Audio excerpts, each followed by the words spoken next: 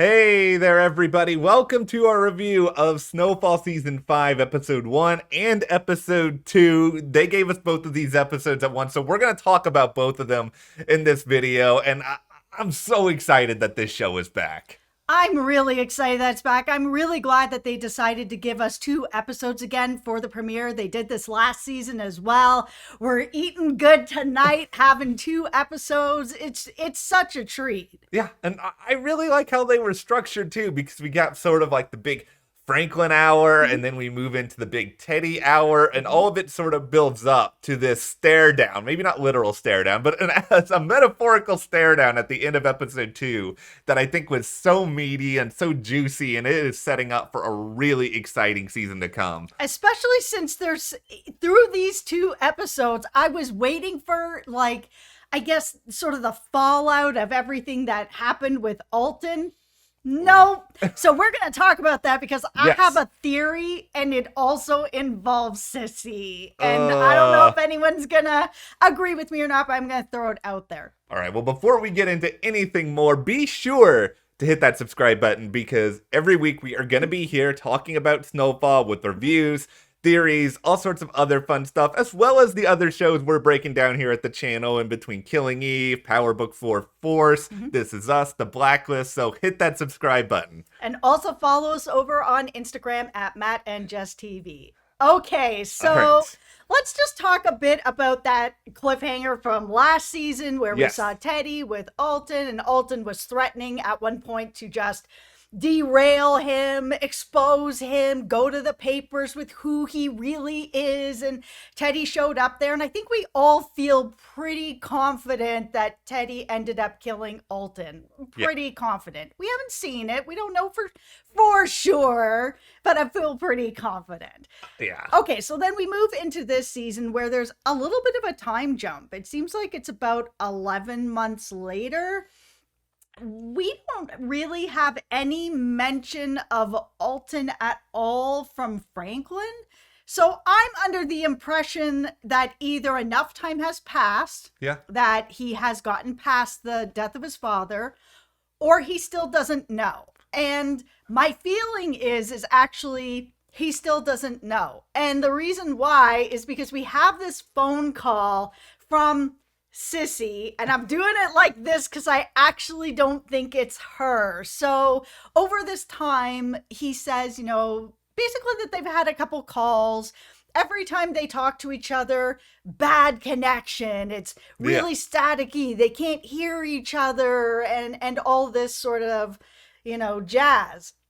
I get it. It was the 80s, it's a different time, long distance. It was kind of poo. I lived in that time. It wasn't great. However, it's a bit convenient that every time Franklin calls Sissy, or Sissy is calling him, that they can't hear each other. And for me, I just feel like it's not actually Sissy, and that Teddy has killed Sissy as well. Because if he's going to kill Alton, I mean, Sissy knows as well, so she's also going to not be able to continue on. If she knew that Alton had been killed, I'm sure she was going to loop it around to everything that's going on, and that would be a problem. And if Sissy knew that Alton was dead and she was still alive, she would have gotten in contact with Franklin somehow. It was the 80s. People still wrote letters at that time. He's kept the family house. She could have written a letter out. So either she's dead or she's being held somewhere and she's being forced to make these calls, but that just seems too messy for Teddy. I think he has killed both of them, and he has somebody else pretending to be Sissy, and because the line is conveniently garbled, Franklin just can't tell that it's not her. I'm sorry. Well, but I think Teddy is ruthless.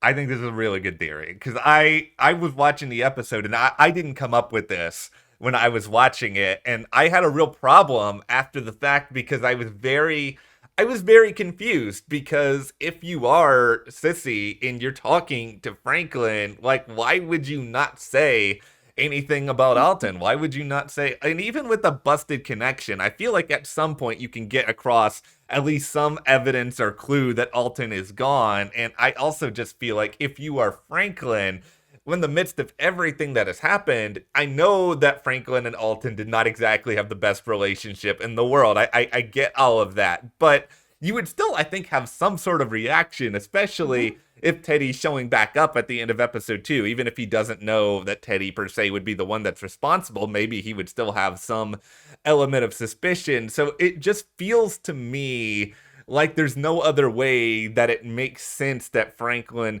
would not know, because I don't think he knows. There's no evidence to suggest that he knows, and there has to be some other way to have it make sense. Like, I tried to think, like, okay, is there some reason why Sissy would just be like, okay, I'm not going to tell Franklin, it's only going to make him upset or angry or want to get revenge or whatever else. But I just don't think Sissy would do that. I don't think Sissy would just like willingly hide information about Alton being killed from him, regardless of where she is and regardless of what their relationship is. Yeah, Sissy would have to be either paid off very well, and I mean very well, to keep something like that a secret, or she's got to be getting threatened, which is, maybe not a lifestyle she's going to continue on with. But I mean, it just feels like there's no reasonable explanation of why Sissy wouldn't have told Franklin. I mean, it is 11 months later, so it is possible that they're just not talking about it anymore because it's 11 months later. I don't know. Which I would be really upset about. Yes. Listen, the show left us with a really big cliffhanger about, what was Teddy going to do? Was he really going to kill him or not? And we kind of had confirmation where, Teddy was talking to, the CIA guy was just like, listen, Alton's taken care of. And I mean, he's got to be dead. But I'm not going to be happy if the show kind of robbed us of that moment of Franklin finding out what's going on and that Alton is gone. Because even though he doesn't have a great relationship with him, he has a very close relationship with his mother, and he cares about her deeply, and he loves her deeply, and he knows that she loves Alton deeply. So having his mom be hurt in any kind of way is going to affect Franklin regardless. I'm just going to assume that Snowfall knows how pissed we would be if they did something like this. Snowfall cares about us. Yes, they care about our feelings. So I'm just going to assume that Franklin does not know. But in general, there was a lot of death in these 2 episodes. And I think the funniest thing of all of this to me was just watching the first episode, and all of a sudden, Rob's got this big role, and Rob was just like barely around last season, and I was just sitting here being like, oh, I guess Rob's gonna have a lot more of a story this season. And then we get to the end of that first episode, I'm like, oh, Rob is dead now, so we brought him back just to kill him off, and we also killed off their other dude, I believe his name was Thad or something. So it's like, okay, we basically have killed off 2 somewhat major players in Franklin's new expanded game here almost right away. I guess goodbye, Rob. R.I.P. You've been gone for so long, I didn't really care about you anymore anyway. No, I think that's the thing, is that the audience may not care about Rob very much, but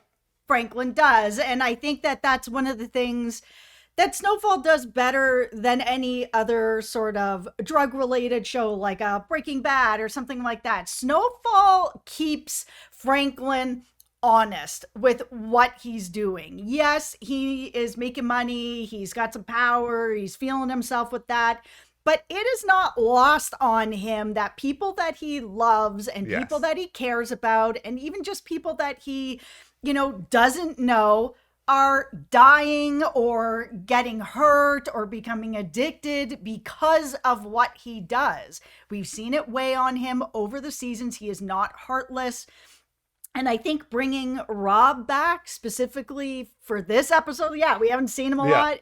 They've been childhood friends. They've known each other very, very, very long time. They had said they've known each other since high school or whatever. So the relationship there for Franklin is deep, even though it's not deep with us. So when we get to the situation where Franklin realizes, listen, Rob is dipping into the product too much. He is too addicted now. It's really going to be a problem for him, which is going to be a problem for me. He's also lied to me. He told me that he hasn't told anybody about, our other side of the business. He learns very quickly that this Thad guy knows, like, hey, maybe you could just help me out. Get one of your CIA guys to help me out after Thad shoots somebody. I mean, it all comes together in a way that's like very purposeful and hurtful for Franklin to not only be betrayed, but to have to actually kill him to know that he's got to do this to somebody he's known for so long. Especially since before it all came out that he had lied, he was really like ready to help him.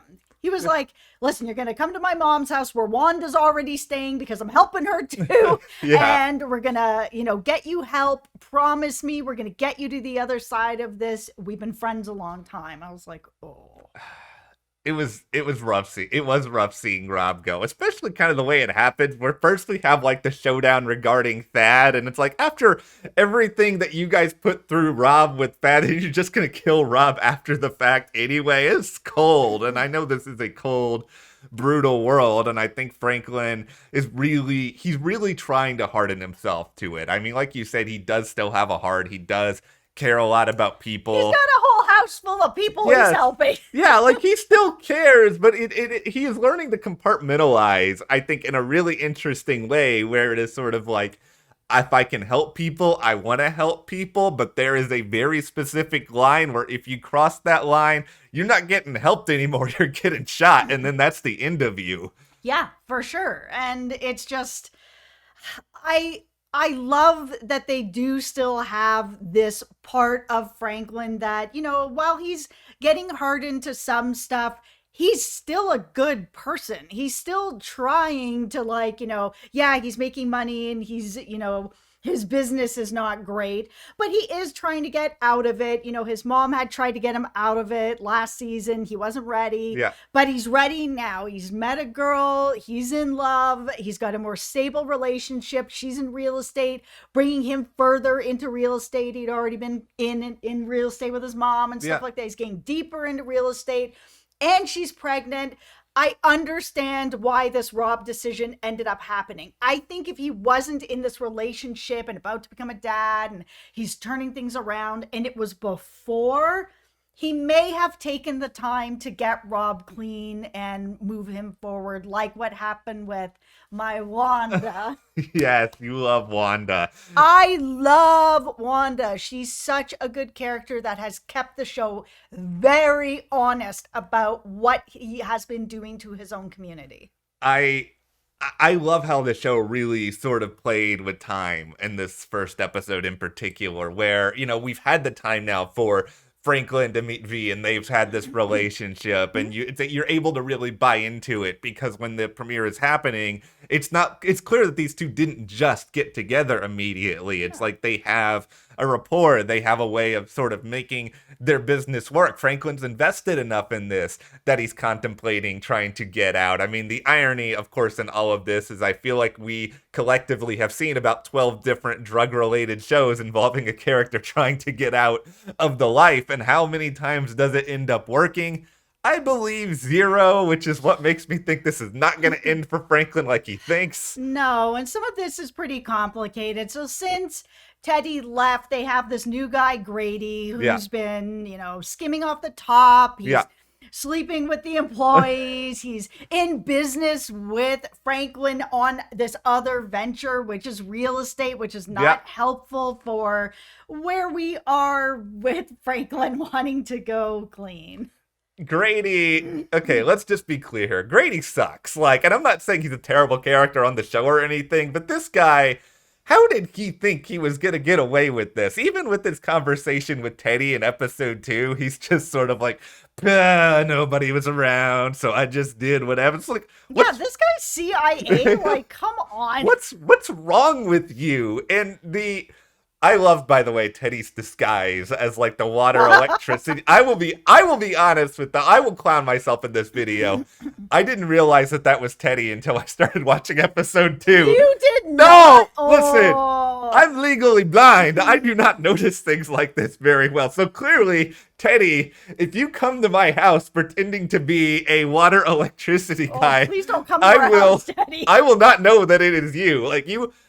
I am apparently as intelligent as Grady when it comes to this sort of stuff because he totally snowed over Grady. But I love the setup of this where he managed to fool Grady, even if Grady's kind of an idiot. He fooled him anyway.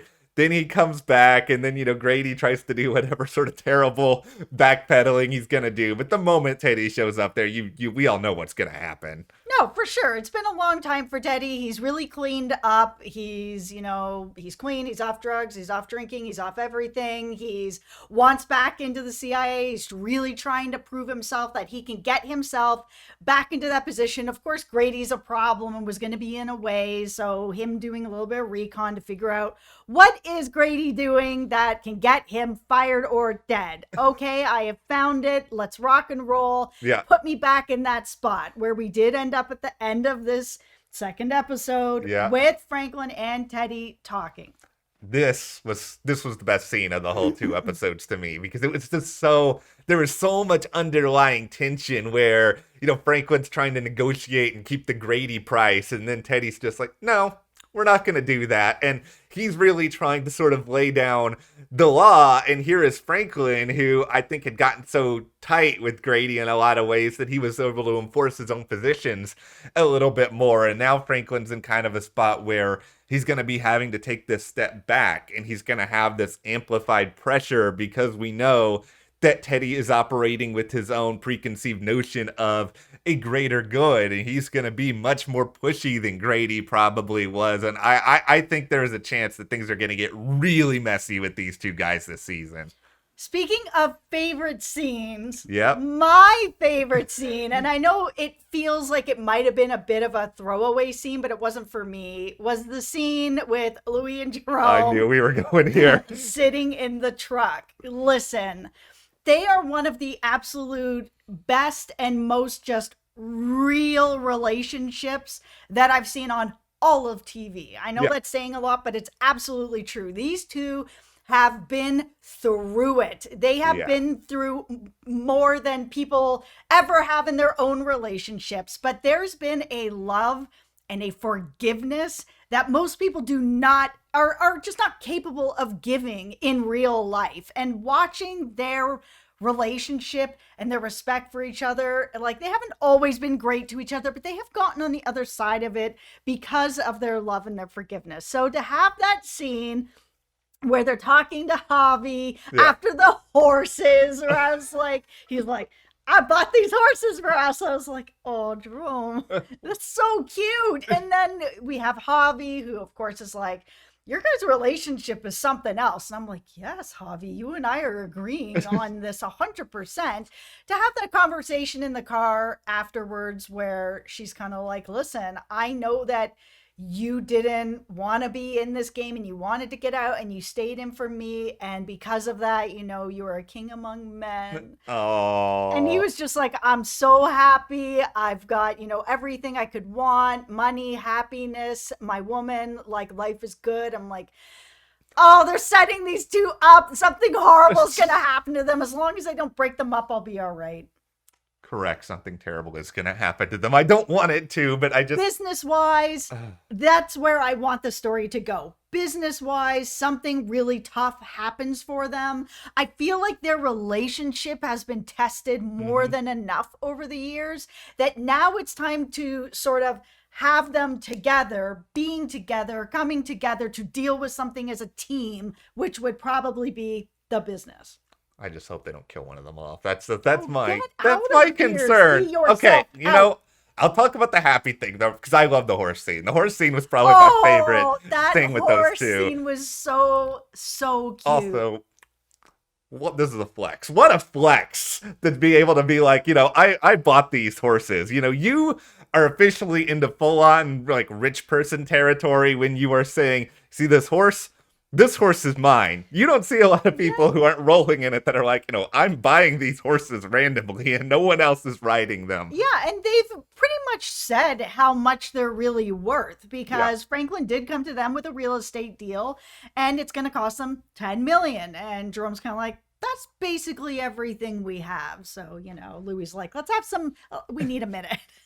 One of the other things that I really liked about this episode is sort of a lot of the historical context that they're throwing in here on a couple of different things. Like, for starters, Halley's Comet. When I was a kid, I had this like big book that was all about different space facts or whatever, and it was explaining how long Halley's Comet would be away and how often it came back to Earth. And I remember, oh, it came back like right around the time I was born. And so now I have to live to be pretty old in order to see it. So this is like one of the incentives to now like eat healthy and try to live a good life here because I want to check out Halley's Comet again. Oh my God, I feel like you're aging me because you're like, you were born. Well, so you were born when that was happening and I would have been like 12. We don't need to think about the age aspect of it. I'm just saying that the Halley's Comet thing was cool to me. The framing of the episode, I think, around MANBOY'S as well was really, really smart. Like, I am a huge basketball fan. Like, I love basketball, and for a lot of you who love basketball out there, I think you guys know MANBOY'S death, like, really quickly after he was drafted by the Celtics, was like one of the biggest stories in the history of the NBA because it's this huge what if of just, this guy who tragically dies right when he was probably going to become like this enormous sport altering star. And, it's a life that's lost. It's an athlete that's lost. It like really crossed into a lot of different sectors. And on top of all of that, it really started this added scrutiny into, hard drugs, into the sort of stuff that Franklin is doing nationwide. I mean, of course, the tremendously sad part of all of this is that it took somebody who is, really, really famous and whose life would have impacted a lot of other people for, law enforcement to start to take this stuff really, really seriously when it should have been, people dying long before that. But this was a huge event at this time. I think they really nailed the presentation of all of that in this episode. Yeah, especially how it also still truly tied into Franklin and what he was doing because he saw that headline at the same time that he figured out what's going on with Rob and Thad and everything. And again, another one of those moments where Franklin is sitting back being like, okay, I am partially responsible for this because I am one of the people that is bringing this drug into this country that is making this happen to these people. One more thing I gotta do here. Since you brought up your love of Wanda, I think I it's time to give Wanda, her applause for quitting her job in the way in which that she did. Like, thumbs up to you, Wanda, for not taking any of that. No, I think they've done a really good job with her. I'm glad that she's been able to stay clean. I mean, it's a difficult thing once you're trying to battle addiction and you're on the other side of it. She said it so plainly and so truly where she was just like, I thought the hardest part was going to be getting clean. The hardest part is afterwards where, you're trying to build a life for yourself, but you're always going to have like this period of time stuck on you. No matter what you do, it's always going to be stuck. And we saw her go to Leon to be like, listen, it took me forever to get this crappy job. And now I'm not at this crappy job anymore. I feel like I'm strong enough to come back into the business. I was so glad that Leon was like, no, that choice, no, it's not happening. I would never, ever let that happen to you again. Sorry. Leon, I think, he was acting from such a place of love, and I think it's a difficult spot now for Wanda to be in, obviously, because she's got to go and find something else, but this is the long game. But she is staying at Franklin's mom's house. I mean, I'm sure she'll be okay. Like, she'll have time. I mean, but also Leon. So Leon is a character that I'm really invested in a lot of the characters in the show. Leon is one of them. His story last season by accidentally killing Scully's kid. Yeah. It really stuck with him throughout the season to the point they got to the end where he was like, Franklin, I just can't do this anymore. And Franklin was like, sorry, you still have to stay in it. And it was really heartbreaking to see that situation happen. But seeing him this season, he's changed. Like, he feels like he is just a hollow person inside. Like, he's still doing it, but he's really like going through the motions. So to see him, in episode 2 where he was like, had all these kids on the bus and he's putting his money towards actually helping the community Yeah. and bringing the kids to places that they might not be able to go to and giving them these different experiences, that he's finding a way to give back and to repair a little bit of the damage that has been done to himself. Leon. I love Leon too, and I think just having Leon's perspective after what he has gone through is Yep. so valuable to this show. Mm-hmm. And really, they've done an awesome job of giving us so many different points of view as to what's going on, what's going to be done here moving forward. And of course, we have a lot of questions still because there's a lot of this season left. But let us know in the comments, do you think that Sissy is dead alongside Alton? Because it is such a good theory, and I'm really excited to see where they go. And hit that subscribe button. Thank you guys so much, and we will see you here next time.